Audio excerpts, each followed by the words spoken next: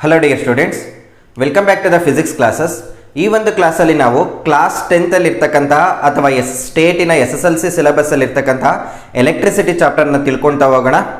ನೋಡಿ, ಎಲೆಕ್ಟ್ರಿಸಿಟಿ ಅನ್ನೋ ಚಾಪ್ಟ್ರು ಅಥವಾ ಎಲೆಕ್ಟ್ರಿಸಿಟಿ ಅನ್ನೋ ಕಾನ್ಸೆಪ್ಟ್ನ ನೀವು ಕಲ್ತಿಲ್ಲ ಅಂದರೂ ಕೂಡ ಡೈಲಿ ಲೈಫಲ್ಲಿ ತುಂಬಾ ಯೂಸ್ ಮಾಡ್ತಿದ್ರ. For example, running of the fan ಆಗಿರ್ಬೋದು, ರೆಫ್ರಿಜರೇಟರ್ ಆಗಿರ್ಬೋದು, TV ಆಗಿರ್ಬೋದು, ಮೋಟಾರ್ ಆಗಿರ್ಬೋದು, each and everything. For example, charging of the mobile, each and everything will be based on the electricity.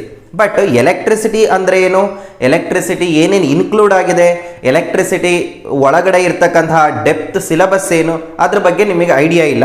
ನಾವು ಒಂದೊಂದೇ ಹಾಗೆ ಈ ಎಲೆಕ್ಟ್ರಿಸಿಟಿಯಲ್ಲಿ ಏನೇನಿದೆ, ಎಲೆಕ್ಟ್ರಿಸಿಟಿ ಅಂದ್ರೇನು, ಎಲೆಕ್ಟ್ರಿಸಿಟಿ ಏನು ಇನ್ಕ್ಲೂಡ್ ಆಗಿದೆ, ಎಲೆಕ್ಟ್ರಿಸಿಟಿ ಹೇಗೆ ವರ್ಕ್ ಆಗ್ತದೆ, ಅದ್ರ ಬಗ್ಗೆ ತಿಳ್ಕೊಳ್ತಾ ಹೋಗೋಣ. ಫಸ್ಟ್ ಆಫ್ ಆಲ್, ನಾವು ಚಾಪ್ಟರ್ನ ನೇಮ್ ನೋಡಿದಾಗ ಎಲೆಕ್ಟ್ರಿಸಿಟಿ ಅಂತ ಇದೆ. ನೋಡಿ, ಇಲ್ಲಿ ಒಂದು ವರ್ಡ್ ಕಾಣ್ತಾ ಇದೆ, electricity means it is A electrons.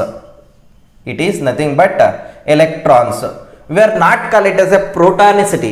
We are not call it as a neutronicity because electron, proton and neutrons are the fundamental particles of the atom. For example, if you consider a atom, this is an atom consisting of a nucleus. Inside ಏನಿರುತ್ತೆ, ಒಂದು nucleus core ಇರ್ತದೆ, ಇದು nucleus. ಈ nucleus ಒಳಗಡೆ protons ಇರ್ತದೆ as well as neutrons ಇರ್ತದೆ, and electrons are revolving around the nucleus in a specific shells. ನೀವು 9th standard ಅಲ್ಲಿ ಕಲ್ತಿದ್ರ, ನೀಲ್ಸ್ ಬೋರ್ ಎಕ್ಸ್ಪ್ಲೈನ್ ಮಾಡಿರ್ತಕ್ಕಂಥದ್ದು.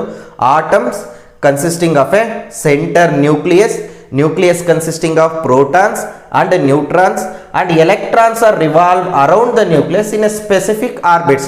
ಈ ಒಂದು ಶೆಲ್ಸ್ನ ನಾವು ಏನಂತ ಕರೆದ್ರು, KL, ಸಿಮಿಲರ್ಲಿ M, ಈ ಥರ ಶೆಲ್ಸ್ ಇದೆ ಅಂತ ಹೇಳಿದರು. ಇಲ್ಲಿ ಎಲೆಕ್ಟ್ರಾನ್ ಆಗ್ತಿದೆ, ರಿವಾಲ್ವ್ ಆಗ್ತಾ ಇರುತ್ತೆ ನ್ಯೂಕ್ಲಿಯಸ್ನ ಸುತ್ತ. ಬಟ್ ಪ್ರೋಟಾನ್ಸು ರಿವಾಲ್ವ್ ಆಗಲ್ಲ. ಯಾಕಂದರೆ ಪ್ರೋಟಾನು ಮತ್ತು ನ್ಯೂಟ್ರಾನು ಇಲ್ಲಿ ನ್ಯೂಕ್ಲಿಯಸ್ ಒಳಗಡೆ ಒಂದು ಸ್ಟ್ರಾಂಗ್ ಫೋರ್ಸಿಂದ ಬೈಂಡ್ ಆಗಿರುತ್ತೆ. ಅದನ್ನು ನಾವೇನಂತ ಕರೆದ್ವಿ, ನ್ಯೂಕ್ಲಿಯಸ್ ಫೋರ್ಸ್ ಅಂತ ಕರೆದ್ವಿ. ಹಾಗಾಗಿ ನ್ಯೂಕ್ಲಿಯರ್ ಫೋರ್ಸು ತುಂಬ ಸ್ಟ್ರಾಂಗ್ ಇರೋದ್ರಿಂದ ಈ ಪ್ರೋಟಾನ್ ನ್ಯೂಟ್ರಾನ್ ಏನಾಗ್ತಾ ಇರುತ್ತೆ, ಬೈಂಡ್ ಆಗಿರುತ್ತೆ. ಓನ್ಲಿ ಎಲೆಕ್ಟ್ರಾನ್ಸ್ ಏನಾಗ್ತಾ ಹೋಗುತ್ತೆ, ನ್ಯೂಕ್ಲಿಯಸ್ನ ಸುತ್ತ ರೊಟೇಟ್ ಆಗ್ತಾ ಇರುತ್ತೆ ಅಥವಾ ರಿವಾಲ್ವ್ ಆಗ್ತಾ ಇರುತ್ತೆ. So electron is a fundamental particles of the atom are fundamental particles of the nature. That's why we are call it as a electricity ಅಂತ ಕರಿತೀವಿ, ನಾಟ್ ಪ್ರೋಟಾನಿಸಿಟಿ ನಾರ್ ನ್ಯೂಟ್ರಾನಿಸಿಟಿ ಅಂತ ಕರೆಯೋದು. So electron is a fundamental particles of the atom, fundamental particle that exist in the nature. So we are call it as electricity. ನೋಡಿ, electricity ಅನ್ನೋದು it mainly deals about electricity it is the branch of physics. It is the branch of physics ಅನ್ನೋದಕ್ಕಿಂತ science ಅಂತಲೇ ಹೇಳೋಣ. Electricity is A branch of science which mainly deals about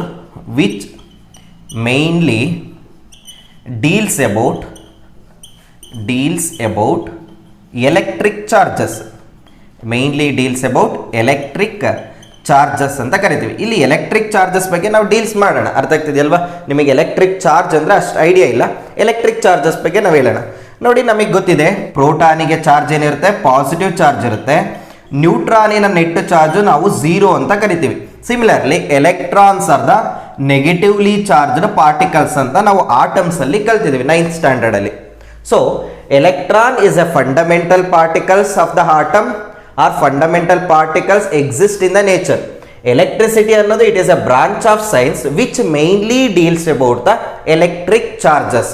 so ಈ ಒಂದು ಐಡಿಯಾದ ಮೇಲೆ ನಾವು electric charge ಅನ್ನೋದನ್ನ ಕಲಿತಾ ಹೋಗೋಣ. ನೋಡಿ, 9th ಸ್ಟ್ಯಾಂಡರ್ಡಲ್ಲಿ ನೀವು ಒಂದು ಫಂಡಮೆಂಟಲ್ ಪ್ರಾಪರ್ಟಿ ಅಂತ ಕಲ್ತಿದ್ರ, ದಟ್ ಈಸ್ ಮ್ಯಾಟರ್. ಈಗ ಮ್ಯಾಟರ್ ಅಂತ ಅಂದರೆ ಏನು ಅನ್ನೋದು important. Matter is one which having a mass and occupies the space and having a property called charge. ಈ ಒಂದು ಡೆಫಿನೇಷನ್ ಅನ್ನು 9th ಸ್ಟ್ಯಾಂಡರ್ಡಲ್ಲಿ ಕಲ್ತಿದ್ರ. ಯಾವುದು definition? Matter is a one which having a mass, occupy space and having a property called charge. ಹಾಗಾದರೆ charge ಅನ್ನೋದ್ರ ಬಗ್ಗೆ ಒಂದು ಚೂರು ಐಡಿಯಾ ತಗೊಳ್ಳೋಣ.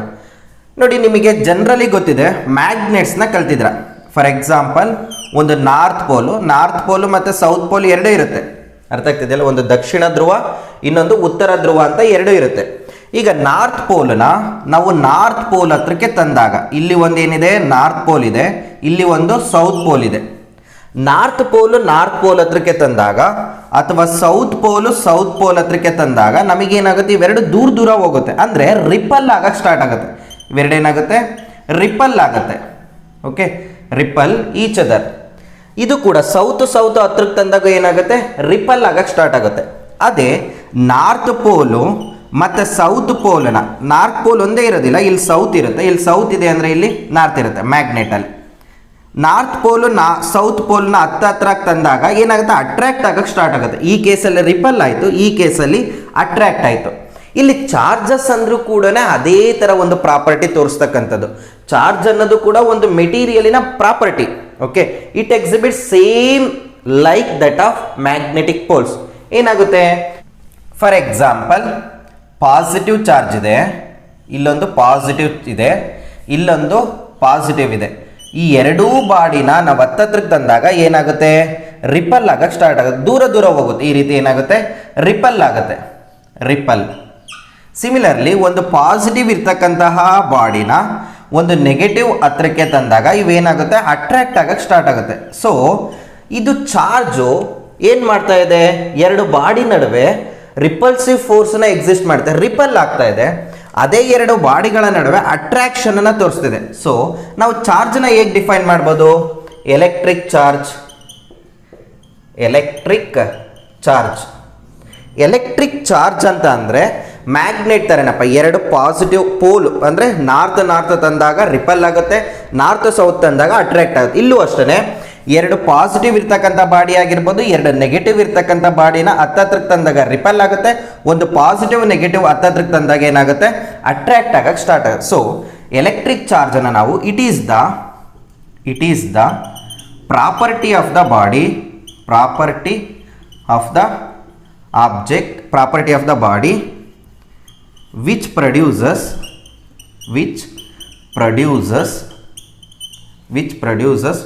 force of attraction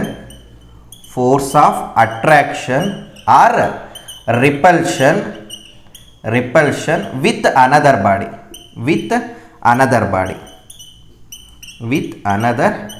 ಅಂದರೆ ಇನ್ನೊಂದು ಬಾಡಿ ಜೊತೆ ಏನು ಮಾಡುತ್ತೆ, ಸಮಟೈಮ್ಸ್ ಅಟ್ರಾಕ್ಷನ್ ಪವರ್ನ ತೋರಿಸುತ್ತೆ, ಸಮಟೈಮ್ಸ್ ರಿಪಲ್ಷನ್ ಪವರ್ನ ತೋರಿಸುತ್ತೆ. ಅದು ಡಿಪೆಂಡಿಂಗ್ ಅಪಾನ್ ದ ಆಬ್ಜೆಕ್ಟಿನ ಚಾರ್ಜ್ ಸೇಮ್ ಚಾರ್ಜ್ ಇತ್ತು, ಅದನ್ನು ನಾವೇನಂತ ಕರಿತೀವಿ, ಲೈಕ್ ಚಾರ್ಜಸ್ ಅಂತ ಕರಿತೀವಿ. ಲೈಕ್ ಚಾರ್ಜ್ ಏನಾದರೂ ಇದ್ದರೆ ಅವೇನಾಗುತ್ತೆ, ರಿಪಲ್ ತೋರಿಸುತ್ತೆ, ಪಾಸಿಟಿವ್ ಆಗಿರ್ಬೋದು ಅಥವಾ ಎರಡೂ ಬಾಡಿಗೆ ನೆಗೆಟಿವ್ ಇರ್ಬೋದು. ಅದೇ ಥರ ಎರಡು ಬಾಡಿಗೆ ಅನ್ಲೈಕ್ ಚಾರ್ಜ್ ಇದ್ದರೆ, ಅನ್ಲೈಕ್ ಒಂದು ಬಾಡಿಗೆ ಪ್ಲಸ್ ಇನ್ನೊಂದು ಬಾಡಿಗೆ ಮೈನಸ್ ಇದ್ದರೆ, ಅನ್ಲೈಕ್ ಚಾರ್ಜ್ ಇದ್ರೆ they ripple with each other. ಈ ಒಂದು ಪ್ರಾಪರ್ಟಿ ನಾವು ಇದನ್ನ ಎಕ್ಸ್ಪೀರಿಯನ್ಸ್ ಮಾಡ್ಬೋದು ಹೊರತು ನೋಡೋಕ್ಕಾಗೋದಿಲ್ಲ. ಹಾಗಾಗಿ ಈ ಒಂದು ಪ್ರಾಪರ್ಟಿನ ನಾವೇನಂತ ಕರಿತೀವಿ, ಎಲೆಕ್ಟ್ರಿಕ್ ಚಾರ್ಜ್ ಅಂತ ಕರಿತೀವಿ. That is electric charge is a property of the body which produces force of attraction or repulsion with the another body. This is the basic definition about the charge. ನೋಡಿ, ನಿಮ್ಮ syllabus ಅಲ್ಲಿ start ಆಗ್ತಕ್ಕಂಥದ್ದೇ electric charges ಇಂದ. Charge ಇಲ್ಲಿ ಬರೀತೀನಿ, charge is represented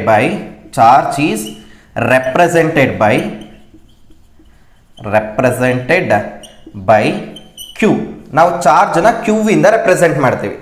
next, the SI unit of charge is ಚಾರ್ಜ್ನ ಒಂದು ಯೂನಿಟ್ಟಿಂದ ಮೆಷರ್ ಮಾಡ್ತೀವಿ. ಫಾರ್ ಎಕ್ಸಾಂಪಲ್ ಲೆಂತ್ನ ಮೀಟರಿಂದ ಸೆಂಟಿಮೀಟರಿಂದ ಹೇಗೆ ಮೆಷರ್ ಮಾಡ್ತೀವೋ, ಮಾಸ್ನ ಕೆಜಿಯಿಂದ ಹೇಗೆ ಮೆಷರ್ ಮಾಡ್ತೀವೋ, ಅದೇ ಥರ ನಾವು ಚಾರ್ಜ್ನ ಒಂದು SI ಯೂನಿಟ್ಟಿಂದ ಮೆಷರ್ ಮಾಡ್ತೀವಿ. That is call it as A coulomb ಅಂತ ಕರಿತೀವಿ. ಸಿಂಬಲ್ ಏನಪ್ಪ ಅಂದರೆ ಇದಕ್ಕೆ ಸಿಂಬಲ್ ಈಸ್ ಸಿ ಇಂದ ರೆಪ್ರೆಸೆಂಟ್ ಮಾಡ್ತೀವಿ. The SI unit of charge is coulomb. It is represented by A symbol called capital C. ನೋಡಿ, ಕ್ಯಾಪಿಟಲ್ ಸಿ. ನೆಕ್ಸ್ಟ್ ಒನ್ ನೋಡಿ, ಈ ಕೂಲಮ್ ಅನ್ನೋದು ತುಂಬಾನೇ ಬಿಗ್ ಯೂನಿಟ್, ತುಂಬಾನೇ ಬಿಗ್ ಯೂನಿಟ್. ಅದ್ರ ಬಗ್ಗೆ ನಾವು ನೆಕ್ಸ್ಟ್ ಡಿಸ್ಕಸ್ ಮಾಡೋಣ. ಹಾಗಾಗಿ ನಮ್ಮ ಪ್ರಾಕ್ಟಿಕಲ್ ಆಗಿರ್ಬೋದು, ನಮ್ಮ ಡೈಲಿ ಲೈಫಲ್ಲಿ ಆಗಿರ್ಬೋದು, ಯಾವುದೇ ಪ್ರಾಬ್ಲಮ್ ಅಲ್ಲಿ ಆಗಿರ್ಬೋದು, ನಾವು ಕೂಲಮ್ನ ಜಾಸ್ತಿ ಯೂಸ್ ಮಾಡಲ್ಲ. ಚಿಕ್ಕ ಚಿಕ್ಕ ಯೂನಿಟ್ನ ಯೂಸ್ ಮಾಡ್ತೀವಿ. ಫಾರ್ ಎಕ್ಸಾಂಪಲ್ ಕಿಲೋಮೀಟರ್ ತುಂಬ ದೊಡ್ಡ ಯೂನಿಟ್, ಅದ್ರ ಬದಲು ನಾವು ಮೀಟರ್ನ ಯೂಸ್ ಮಾಡ್ತೀವಿ, ಸೆಂಟಿಮೀಟರ್ನ ಚಿಕ್ಕ ಚಿಕ್ಕ ಯೂನಿಟು, ಮಿಲಿಮೀಟರ್ನ ಯೂಸ್ ಮಾಡ್ತೀವಿ. ಅದೇ ಥರ ನಾವಿಲ್ಲಿ ಏನು ಮಾಡ್ತೀವಿ ಅಂದರೆ ಕೂಲಮ್ ಬದಲು ಚಿಕ್ಕ ಚಿಕ್ಕ ಯೂನಿಟ್ನ ಯೂಸ್ ಮಾಡ್ತೀವಿ. That is small units of charge or small units of charge or first one ಯಾವುದಪ್ಪ ಅಂದರೆ ಒಂದು ಮಿಲಿ ಕೂಲಮ್ ಅಂತ ಬರಿತೀವಿ. ಏನಂತ ಬರಿತೀವಿ? Milli coulomb. ಮಿಲಿ ಅಂದರೆ 10⁻³ ಕೂಲಮ್. 10⁻³ ಅಂದರೆ ತುಂಬ ಚಿಕ್ಕದು. ಹೇಗೆಂದರೆ 1/1000 ಅಂದರೆ 10⁻³ ನೋಡಿ. 1/1000 ಮಾಡಿದರೆ ನಿಮಗೇನು ವ್ಯಾಲ್ಯೂ ಬರುತ್ತೋ ಅದು ಮಿಲಿ ಕೂಲಮ್. 1/1000 ಮಾಡಿದರೆ ನಿಮಗೇನು ಬರುತ್ತೆ? 0.001 ಬರುತ್ತಲ್ವಾ? ಇಷ್ಟು ಮಿಲಿ ಕೂಲಮಿನ value. 0.001 will be the milli coulomb value. ಅದೇ ರೀತಿ ಇನ್ನೊಂದು ಇದನ್ನೇ ಉಚ್ಚಾರ ಮಾಡೋದು ಹೇಗಪ್ಪ ಅಂದರೆ ಮಿಲಿ ಕೂಲಮ್.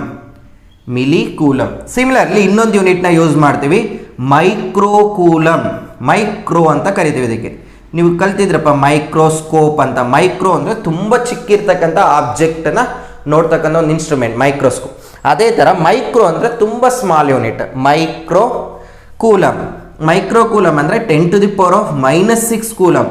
10⁻⁻6 ಅಂದರೆ 1/3 ಇದ್ರೆ 3 zeros, 6 ಇದ್ರೆ 6 zeros ನೋಡಿ. 1 2 3 4 5 6 zeros ಇಷ್ಟು ಇದ್ರ ವ್ಯಾಲ್ಯೂ. ಅಂದರೆ ಇಲ್ಲೇನು ಬರೀಬೋದು ಅಂದರೆ 0.000000001 ಕೂಲಮ್. ಇದ್ರ ವ್ಯಾಲ್ಯೂ ಇಷ್ಟಾಗಿರುತ್ತೆ.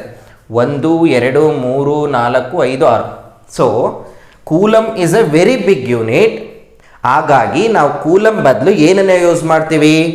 ಮಿಲಿ ಕೂಲಮ್ ಅಂತ ಯೂಸ್ ಮಾಡ್ತೀವಿ, ಮೈಕ್ರೋ ಕೂಲಮ್ ಅಂತ ಯೂಸ್ ಮಾಡ್ತೀವಿ. ಮೈಕ್ರೋ ಕೂಲಮ್ ಅಂದರೆ 10⁻⁻6 ಕೂಲಮ್, ಮಿಲಿ ಕೂಲಮ್ ಅಂದರೆ 10⁻⁻3 ಕೂಲಮ್. ಇದು ನಿಮ್ಮ SI ಯೂನಿಟ್ನ representation. That is SI unit ಯಾವುದಪ್ಪ ಅಂತ ಅಂದರೆ ಕೂಲಮ್ ಅಂತಲೇ ಹೇಳಬೇಕು. SI unit is coulomb. ನೋಡಿ, ನಮ್ಮ ನೇಚರಲ್ಲಿ ತುಂಬ ವೆರಿ ಸ್ಮಾಲ್ ಚಾರ್ಜ್ ಇದೆ, ತುಂಬಾ ಸ್ಮಾಲ್ ಚಾರ್ಜ್. ಅದಕ್ಕಿಂತ ಕಡಿಮೆ ಚಾರ್ಜ್ ಎಕ್ಸಿಸ್ಟೇ ಇಲ್ಲ. ಆ ಒಂದು ಸ್ಮಾಲ್ ಚಾರ್ಜ್ನ ಯಾವುದೇ ಒಂದು ಬಾಡಿ ಆಗಿರ್ಬೋದು ನಾವು ಅದೇ ಚಾರ್ಜಿಂದ ರೆಪ್ರೆಸೆಂಟ್ ಮಾಡ್ತೀವಿ. For example the smallest charge exist in nature is 1 E ಅಂತ ಕರಿತೀವಿ. That is the electronic charge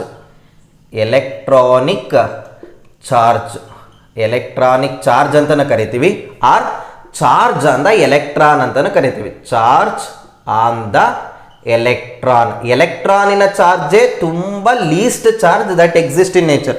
ಅದ್ರ ವ್ಯಾಲ್ಯೂ ಎಷ್ಟಿರುತ್ತಪ್ಪ ಅಂದರೆ 1.6 × 10⁻⁻19 ಕೂಲಮ್. ಇದೇ least charge that exist in nature. Least charge ಎಷ್ಟು ನೇಚರಲ್ಲಿ ಎಕ್ಸಿಸ್ಟ್ ಆಗಿರೋದು?